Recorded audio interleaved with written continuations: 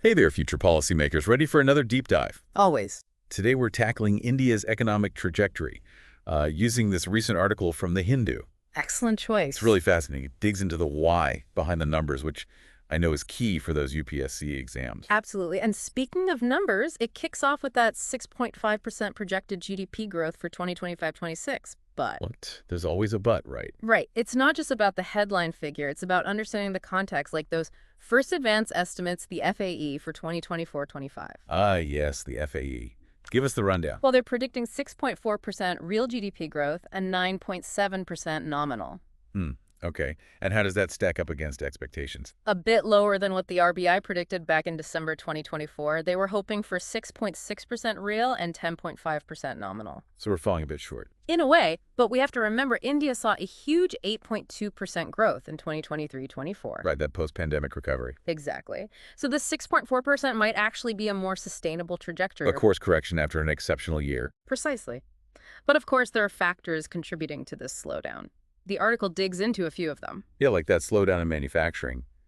That seems pretty significant. Absolutely. Manufacturing growth is projected to drop from 9.9% in 2023-24 to 5.3% in 2024-25. And this is where those analytical skills come in for the UPSC. Okay, so don't just memorize the numbers, right? Exactly. Why is manufacturing slowing down? What does this mean for overall growth? So let's unpack that. What are some of the underlying causes? One crucial factor is government investment. They had set a capital expenditure target of 11.1 lakh crore for 2024-25. Ambitious. Very. But they've only achieved about 46% of that so far. So the government missing its spending targets could be a drag on growth, It's definitely a concern, especially for sectors like construction and infrastructure. which is always a hot topic for the UPSC. For sure. So we've got the slowdown in manufacturing and a potential shortfall in government spending. How does this all tie back to those projections for 2025-26? That 6.5% target is starting to sound shaky. And that's where it gets really interesting. The article goes beyond just the headline numbers and dives into factors like the gross fixed capital formation rate, or GFCF. Oh, yes, GFCF. Yeah. I'm sure our listeners are familiar, but a quick recap never hurts. Think of it as the fuel for economic growth. It's Yeah. all the investments in factories, infrastructure, housing, everything. Building blocks. Exactly. And the good news is, India's GFCF has been stable around 33.4%. That's a solid base. It is, but the article argues that we need to be even more aggressive, especially with government spending on infrastructure. How aggressive are we talking? They're suggesting an annual growth rate of at least 20%. Wow, that's ambitious. Given the current shortfall in spending, is that even realistic? It's a challenge for sure. That's why the article explores solutions like attracting more private investment. So it's not just about the government pumping money in. Exactly. It's about creating the right environment for investment, regulatory reforms, public-private partnerships, that kind of thing. Making it attractive for businesses to invest. Exactly. And that ties into another crucial point the article raises: domestic demand. Right. India has a huge and growing domestic market. Fueled by rising incomes and urbanization. So there's a lot of potential there to drive growth from within. But what about external factors? The global economy is a bit uncertain right now. That's true. And the article acknowledges the potential impact of global uncertainty and things like, the U.S. political landscape. Ah, yes. Always a wild card. But they also point out that India's large domestic market provides a buffer. A bit of safety net. Precisely. And another key factor they emphasize is fiscal discipline. The government needs to manage its finances well, mobilize revenue, and spend strategically. Okay, so we're back to that balancing act. Managing spending, attracting investment, navigating global uncertainties, and hitting those ambitious growth targets. That's a lot to juggle. It is. So the article doesn't just lay out the challenges, it dives into potential solutions. Like structural reforms in key sectors, agriculture, labor markets, finance. This is where things get really interesting for UPSC aspirants. Okay, let's break that down. What kind of reforms are we talking about here? How do they connect to that 6.5% growth target? We'll take agriculture, for example. Yeah. Imagine the potential if we could modernize the sector, boost productivity, create a more efficient supply chain. Streamlining thing. Exactly. Or unlocking greater workforce participation through labor reforms. Yeah. These are the policy challenges that UPSC examiners love. It's not just about the numbers. It's about analyzing those challenges, proposing solution. Precisely. And remember, folks, if you're finding this deep dive helpful, hit that like button and subscribe. We've got a lot more UPSC-focused content coming your way, and this is where it gets really exciting, especially for those of you prepping for those UPSC mains exams. Hmm. The article doesn't just give you the numbers, it raises questions practically begging to be answered in an essay. Okay, challenge accepted. Okay. Hit us with those brain teasers. Well, one thought-provoking point is about India's transition to renewable energy and sustainability. It's a global shift with huge implications. Oh, absolutely. We're seeing that push towards solar, wind, electric vehicles, green infrastructure everywhere. Exactly. And the key is it's not just about being eco-friendly. It's a huge economic opportunity. Think about the potential for new industries, foreign investment, reducing reliance on fossil fuels. It's like a whole new landscape. It is. So for those UPSC preppers, a key question is, how can India maximize its economic potential while also addressing environmental concerns? Finding that sweet spot between growth and sustainability. Exactly. And this ties into another crucial aspect the article highlights, sectoral growth. It's not enough to talk about overall GDP. Got to break it down. Right. You need to understand how different sectors are performing, what their challenges and opportunities are. That's where those analytical skills shine in the UPSC. Okay, so let's get specific. The article mentions manufacturing, services, and construction. What should our listeners be thinking about for each sector?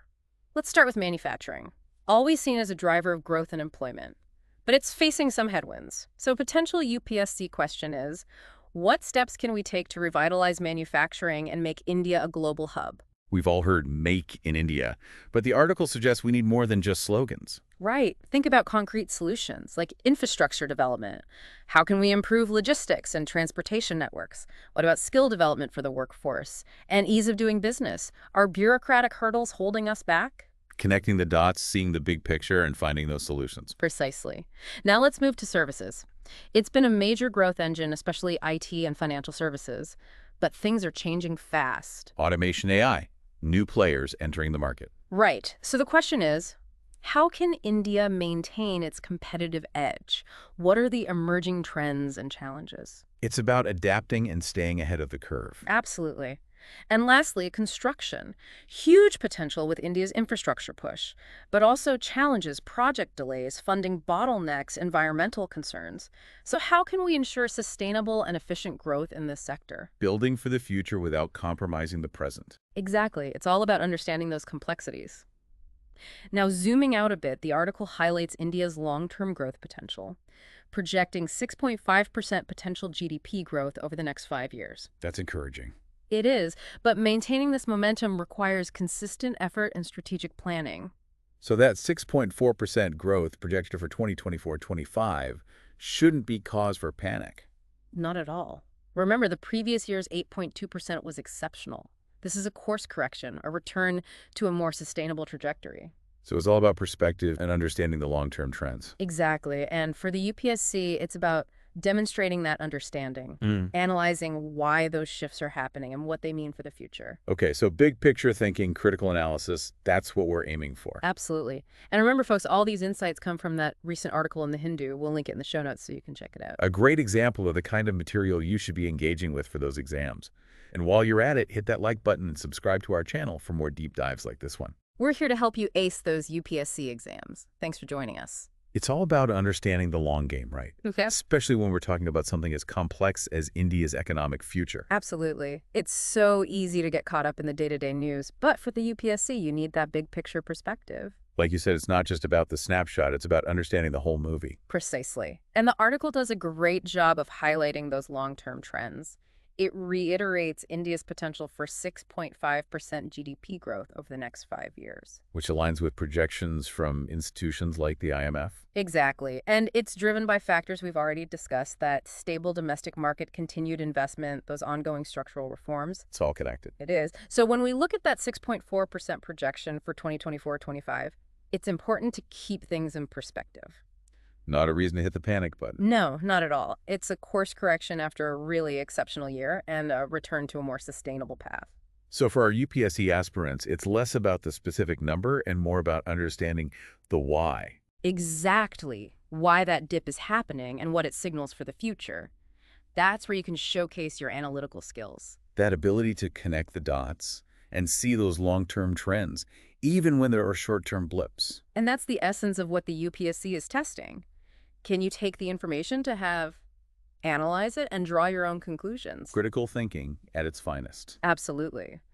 And speaking of information, folks, we got all these great insights from that recent article in the Hindu. We'll be sure to link to it in the show notes so you can dive into it yourselves. It's a perfect example of the kind of material that will help you prep for those exams. And while you're at it, don't forget to hit that like button and subscribe to our channel for more deep dives. We're here to help you ace those UPSC exams. Thanks for joining us. Keep those brains buzzing, and best of luck on your UPSC journey.